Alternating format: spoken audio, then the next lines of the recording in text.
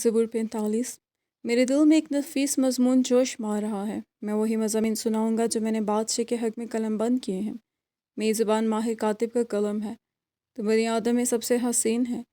تیرے ہونٹوں میں لطافت بھری ہے، اس لیے خدا نے تجھے ہمیشہ کے لیے مبارک کیا۔ اے زبردست، تو اپنی تلوار کو جو تیری حشمت و شوکت ہے اپنی کمر سے حمائل کر، اور سچائی اور حلیم اور صداقت کی خاطر اپنی شان و شوکت میں اقبال مندی سے سوار ہو، اور تیرا داہنا ہاتھ تجھے محیب کام دکھائے گا۔ تیرے تیر تیز ہیں، وہ بادشاہ کے دشمنوں کے دل میں لگے ہیں، امتیں تیرے سامنے زیر ہوتی ہیں۔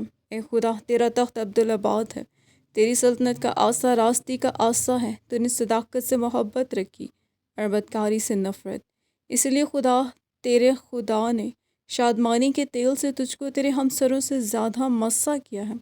تیرے ہر لباس سے مر اور عود اور تج کی خوشبو آتی ہے۔ ہاتھی دانت کے محلوں میں سے تاردار سازوں نے تجھے خوش کیا ہے۔ تیری معزز خواتین میں شہزادیاں ہیں، ملکہ تیرے داہنے ہاتھ اوفیر کے سونے سے آراستہ کھڑی ہے۔ اے بیٹی، سن، غور کر اور کان لگا، اپنی قوم اور اپنے باپ کے گھر کو بھول جا، اور بادشاہ تیرے حسن کا مشتاق ہوگا، کیونکہ وہ تیرا خداوند ہے۔ تو اسے سجدہ کر، اور سور کی بیٹی ہدیہ لے کر حاضر ہوگی۔ قوم کے دولت مند تیری رضا جوئی کریں گے۔ بادشاہ کی بیٹی محل میں سرتاپائے حسن افروز ہے، اس کا لباس زربفت کا ہے۔ وہ بیل بوٹے دار لباس میں بادشاہ کے حضور پہنچائی جائے گی۔ اس کی کنواری سہیلیاں جو اس کے پیچھے پیچھے چلتی ہیں تیرے سامنے حاضر کی جائیں گی۔ وہ ان کو خوشی اور خرمی سے لے آئیں گے۔